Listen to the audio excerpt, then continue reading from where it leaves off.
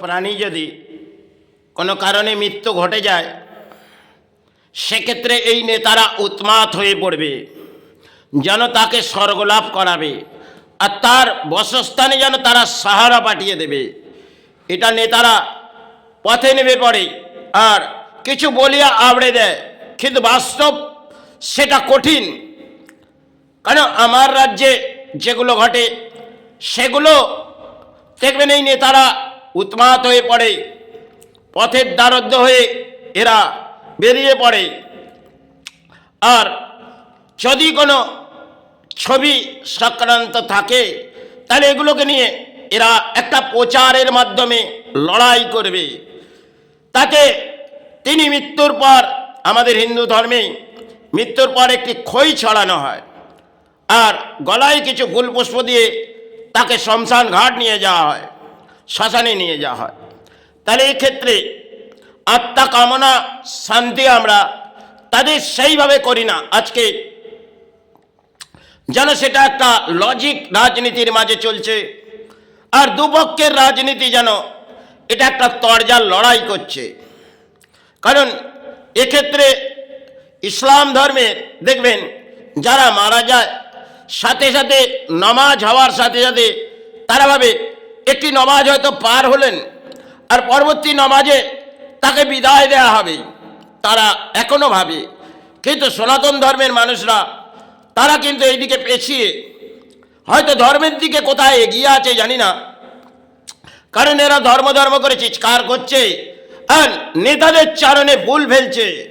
কারণ ফুল পুষ্প আমাদের সেগুলো ফুল একটি পবিত্র, আর সেই পবিত্র ফুল আমাদের মাতৃচরণে গুরুচরণে সেগুলো আমাদের লাগে। আজকে বর্তমান সময় দেখবেন নেতাদের যখন নেতারা পথে যাবে সেখানে ফুল পুষ্প ভাসিয়ে দিয়ে যাবে, কারণ তারা ঈশ্বর দর্শন করছে প্রাণীরা, যেন কেউ এসছে ঈশ্বর দর্শন করি আর ফুল পুষ্প ভাসায়। কারণ মহাপুরুষ এই ভূমিতে এসেছিলেন সময় ক্ষেত্রে, তাহলে তারা সে চরণে, কেউ গুরুচরণে কেউ মাতৃচরণে গেছে সময় ক্ষেত্রে হয়তো। কিন্তু আজকে নেতারা তারা জনজল ভাসাচ্ছে এই জনগণকে নিয়ে, আমার ঢল লাবো, কেউ বলছে ব্রিগেড ময়দান চলো, কারণ আর কেউ বলছে ব্রিগেড ময়দানে একটি গীতা পাঠ হোক, চণ্ডী চণ্ডী হরচণ্ডী, এই ধরনের চণ্ডী জাগানোর জন্যে এই ব্যাখ্যাগুলো তারা করে গেলেন। আজকে এই চণ্ডী জাগবে না আর এই গীতা যেটা পবিত্র তাকে এই না তারা উন্মাদ হয়ে ব্রিগেড ময়দান চলে গেছে। কারণ ধর্ম সাহারা আসবে আর ধর্মের নামে আমরা কিছু আগলে রাজনীতির মাঝে আসবো, এটা আমাদের অত্যন্ত ব্যবসার মাঝে নেতাদের ব্যবসা তারা পরিণত হচ্ছে। আর জনগণ ভাবছে যদি আমার রাজ্যের ওই নেতা সমর্থন হয়ে এসে যায় তাহলে আমার রাজ্যের দুর্ভোগ থেকে আমরা মুক্তি পেয়ে যাব। কারণ একটা সময় আমার পারিবারিক জীবনে আমি ব্যাখ্যা দিতে চাই, কারণ যখন এই তৃণমূল দল এলেন সেক্ষেত্রে 2013 সালের আশপাশেই হবে কি এই 2009 সালের আশপাশে হবে, একটি ঘটনা হয়তো জীবনের মাঝ দিয়ে ঘটেছে। কিন্তু সেক্ষেত্রে আমাদের হিন্দু ধর্মে মারা গেলে আগে সমস্ত কিছু ছেড়ে দিয়ে আমরা বডি যখন ওখান থেকে নিয়ে আসবো, হসপিটাল থেকে যাই ও যেখান থেকেও বাসস্থানে মরলে আমরা আগে খই এবং যেগুলো কড়ি লাগে সেগুলোকে বিদায় দেওয়ার জন্যে আমরা সেগুলো নিয়ে বিদায় দিতে হবে। কারণ সনাতন ধর্মের আমাদের একটা নিয়ম রুলস আছে, সেটা আমরা অমান্য করতে পারি না। কিন্তু সেই ক্ষেত্রে কিছু মানুষ দেখবেন আজকে যারা সনাতন ধর্মের তারা কিন্তু হিংসাবৃদ্ধির মাঝে যখন কোনো প্রাণী মারা যায় সেটাকে নিয়ে তারা লজিক করে, তারা ভাবে ধর্ম যাক আমার সারা ফুটে আসবে। তাই সেই সময় একটি জনজল হয়তো ভাসলেন, সেটি অপরাধ কি না হসপিটালে কোনো কারণে মারা গেলেন, তাই মারা যাওয়াতে তিনি হয়তো জরা ব্যাধি যে কোনো শারীরিক দেহর মধ্যে ছিল, কিন্তু সেক্ষেত্রে তারা উত্তাল হয়ে পড়লেন। কারণ আমাকে যেভাবে হোক অর্থ দিতে হবে, আর সেই অর্থ তারা যেভাবে হোক একটা আইন লজিক তৈরি করছে। এবং যদি বডিটাকে আমি দাহ করে দিই তাহলে কিন্তু আমি নিরুপায়, কারণ তারা হসপিটাল সার্টিফিকেট তাদের হাতে চলে গেছে রাত্রির 12টার পর, এবং সেটা নিয়ে তারা খেলা খেলছে। কি খেলা? একটা রাজনীতির মতন খেলা খেলছে। সে খেলাটি অত্যন্ত হয়তো আমাদের দুর্ভাগ্য, তারা যেটা ভাবছে সে ধর্মের নামে আমরা যে কাজগুলো আরে সে বডিটা যতক্ষণ না দেওয়া হবে তার আত্মা শান্তি আমরা আগে করি, কিন্তু আজকে সনাতন ধর্মের মানুষ তারা এই আত্মা শান্তি মনে হয় ভুলে গেছে। কারণ সেক্ষেত্রে আমি যা দেখলাম সেটা হয়তো বহু মানুষ তার মধ্যে তো শিক্ষিতও আছে, তারা এই মূর্খের মতন কাজগুলো করে বেড়াচ্ছে, কারণ প্রশাসন নীরব হচ্ছে। কারণ কেন?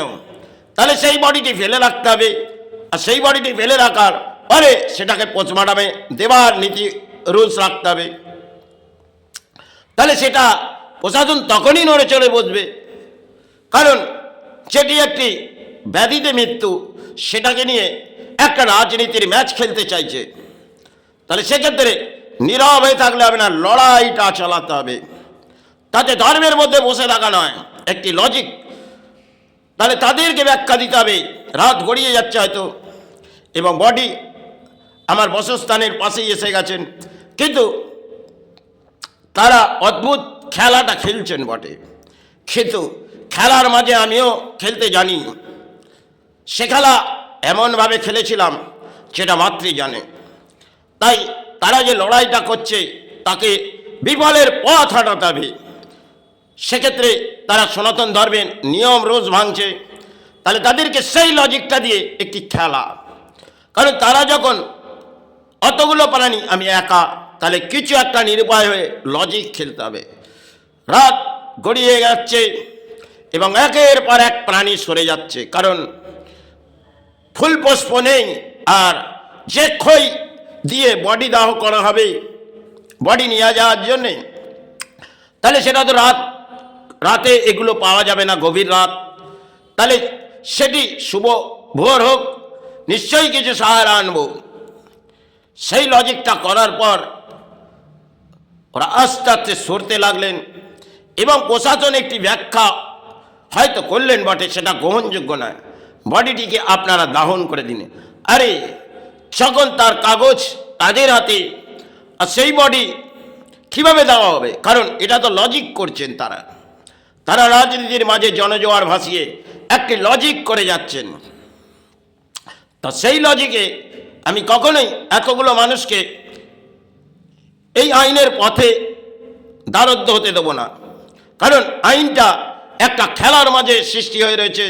তাহলে এই আইন হয়তো ভণ্ডন হবে, কিন্তু কীভাবে রক্ষণাবেক্ষণ হবে?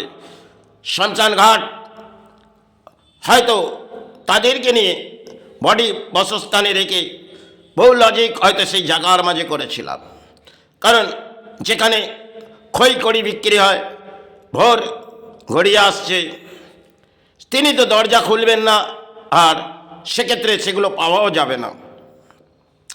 তাহলে তাদের সাথে সেইগুলো ছুটতে হবে, আর সেই লড়াইটা যাতে বিফলে হাঁটে সে লড়াই তাদেরকে একের পর এক সরিয়ে দিতে হবে। শুভ সকাল হয়তো হলেন, সব একের পর এক নিজে নিজে বসস্থান চলে গেলেন, আর বডি রইল বসস্থানের আশেপাশে, এই মন্দিরের আশেপাশে। তাহলে তারা যখন সরে গেলেন এবং প্রশাসন ব্যাখ্যা দিলেন বডিটিকে দাহ করে দিন। বাহ, অদ্ভুত ব্যাখ্যা তিনি দিলেন বটে, থানার আইসি। তাহলে উনি যখন বললেন, তাহলে ওনাকে কোনো একটা চিরকুট দিতে হবে, কারণ আইন যেটা ওনারা আইনটিকে ভেঙে দিয়েছে, আর আইনটি ওনাদের কাছে যেটা ডেথ সার্টিফিকেট। তাহলে ডেথ সার্টিফিকেট না থাকলে আপনি বডিটাকে দাহ করার পর তাহলে আপনাকে পুলিশ অ্যারেস্ট করবে। তাহলে সেই অ্যারেস্ট করাতে যতগুলো মানুষকে নিয়ে আপনি শ্মশান ঘাটে যাবেন, সেই দাহ হবে, তাহলে আপনাকে অ্যারেস্ট, এবং যতগুলো মানুষ থাকবে তাদেরকে অ্যারেস্ট। তাহলে সেই আইনি লজিকটাকে একটু গড়ে নিতে হবে, কারণ গড়ার পেছনে হয়তো আত্মবোধ নিয়ে চিন্তা ভাবনার মাঝে আসতে হবে আইনের জগৎটা কি আর আইনের লড়াইটা কি। ধর্মের সাথে অধর্ম টেকে না, ধর্মের কাছে অধর্ম টেকে না। তারা যেটা করে যাচ্ছিলেন সেটা অত্যন্ত দুর্ভাগ্য। তাই একটা দেখবেন আজকে বাংলাদেশের মাঝে হয়তো কিছু ঘটছে আর আমাদের রাজ্যের নেতারা উন্মাদ হয়ে পড়েছে।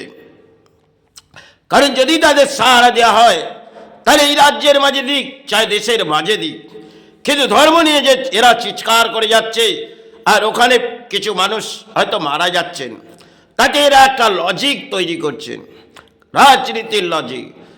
এই লজিকে আমি জানি না তাদের আত্মা কতটুকু শান্তি পাচ্ছে।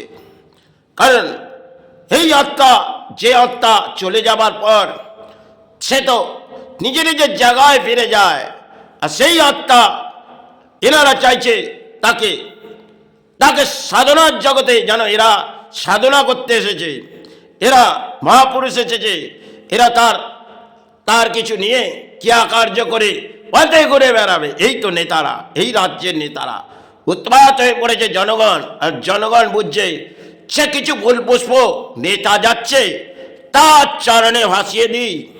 কেন সেবার মাঝে ফুল পুষ্প বহু ভাসিয়েছি, আর রাজ্যের মাঝে নেতারা এসেছে তাদের চরণে যদি ভাসিয়ে দিয়ে যায় আমার জীবনে সাহারা এসে যাবে। হয়তো কিছু ফুল ফুটে আসছে, কারণ গাছের ফুল নয়, এ কোনো রাজনীতির ফুল। এর জনজোয়ারে জনগণ ভেসে যাচ্ছে।